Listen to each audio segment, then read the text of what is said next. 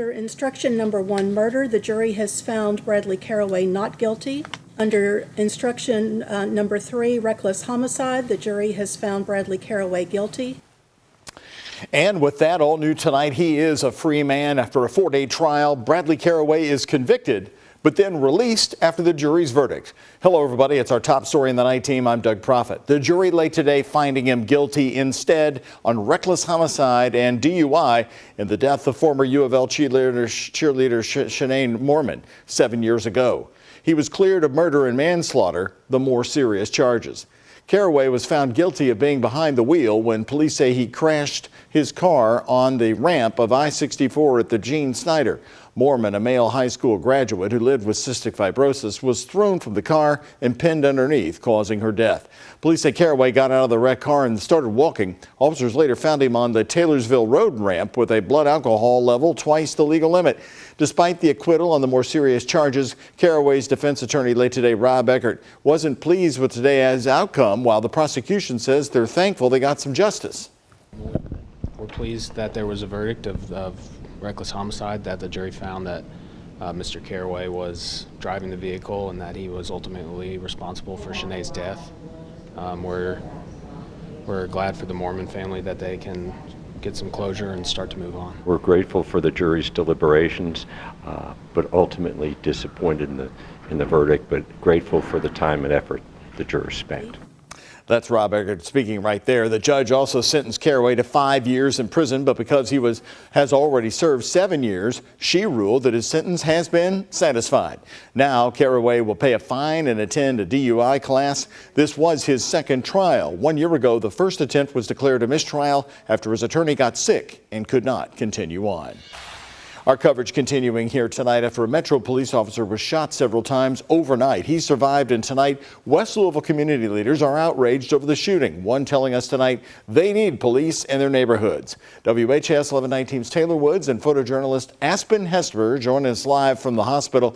Taylor, do you have a current condition on this officer who is pretty new to the police force?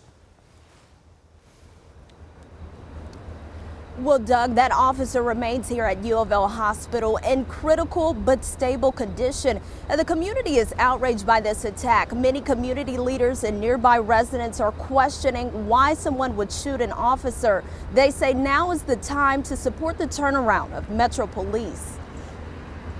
The investigation at 40th and Kentucky wrapped up late today after dozens of officers stayed on the scene since 2:30 in the morning. Metro Police say an officer on the force just a year and a half was working a traffic stop when someone in a nearby house shot him several times. Community leaders are outraged over the attack. When are we going to stop with these guns issue? And then you have the audacity to shoot a police officer, okay? And we always say defund the policeman, but who do we need when we're in trouble? But the policeman, okay? The officer was shot in the chest and is now recovering at the hospital. Around 8:30 a.m., at least 2 people were in handcuffs as police questioned several people of interest. At 2 p.m., officers went inside the home where the shots were fired out. Police left with bags of evidence, and neighbors are worn out with the plague of crime in the area. Now, as of the time being, like as the last 2 years, it ain't got worse because everybody's moving in and out.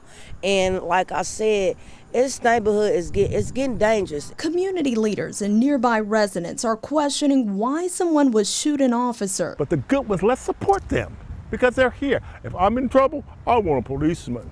Do not defund the police. I need their help and their support. They say it's time to support the turnaround of Metro Police. And here you in this community that we have to take our time to shoot a policeman that's now in the hospital, and my heart goes out to him and his family and etc. Why are we doing this? Reverend Paul A. Stillwell with Keeping It Real Incorporated feels there needs to be more community activities to bring along the relationship between some still skeptical residents and Metro Police. We need policemen in the community walking the streets, knocking on doors, meeting us.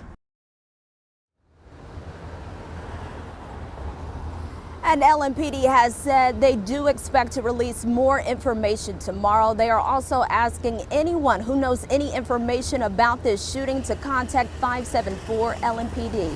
Reporting live in downtown Louisville, Taylor Woods, WHAS 11 Night Team on your side.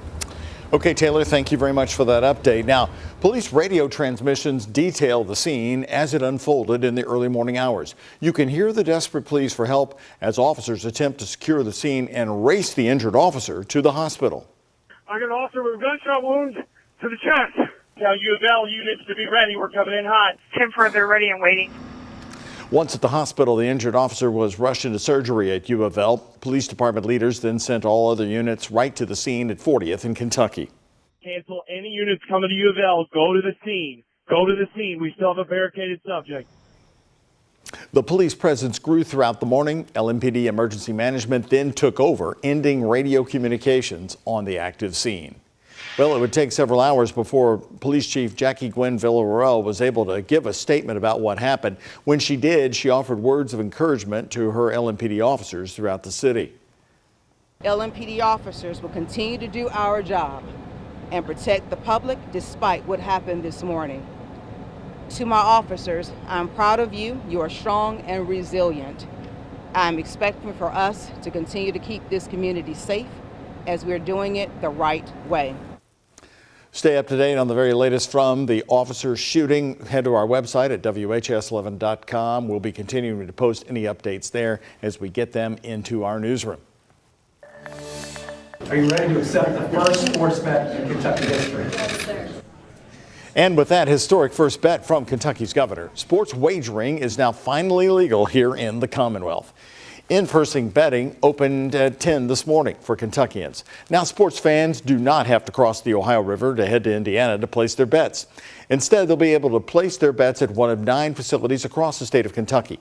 Here's a look at all the active locations in the state right now. Here in Louisville, you can bet at Churchill Downs, as the governor did this morning, or over at Derby City Gaming on Poplar Level Road. And as we've learned tonight, soon, right in the heart of downtown Louisville, Derby City Gaming will be open. They've just announced the opening date for their downtown location. It's going to be Wednesday, December 6th. That will be on that date, 150 days away from the 150th Kentucky Derby. And tonight, that's where we find WHS 1119's Connor Steffen with photojournalist Elijah McKenzie. Connor, the start of sports betting in Kentucky was facing an important deadline.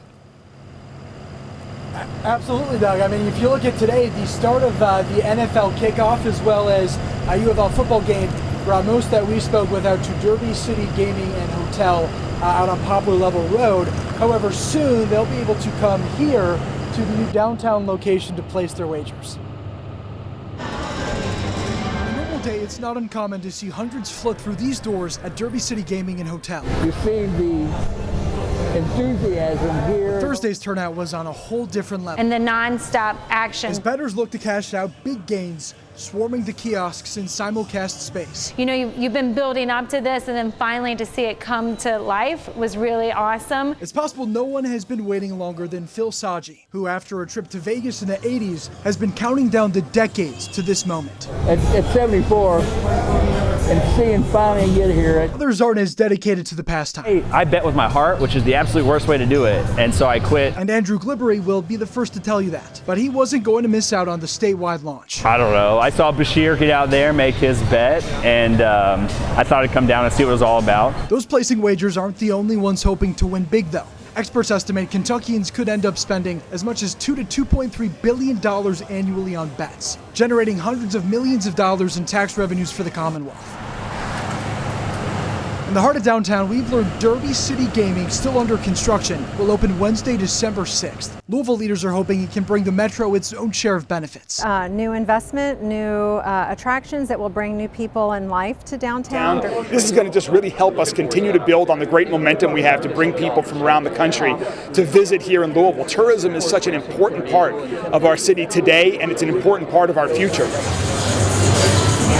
Customers happy and demand on the rise, hopes the trend continues into the future. Personally, what's cool about it is A, it's accessible, B, the money stays in Kentucky or some amount of it, more than us going to Indiana making bets. The first day rounding out into the night of a long history-making moment.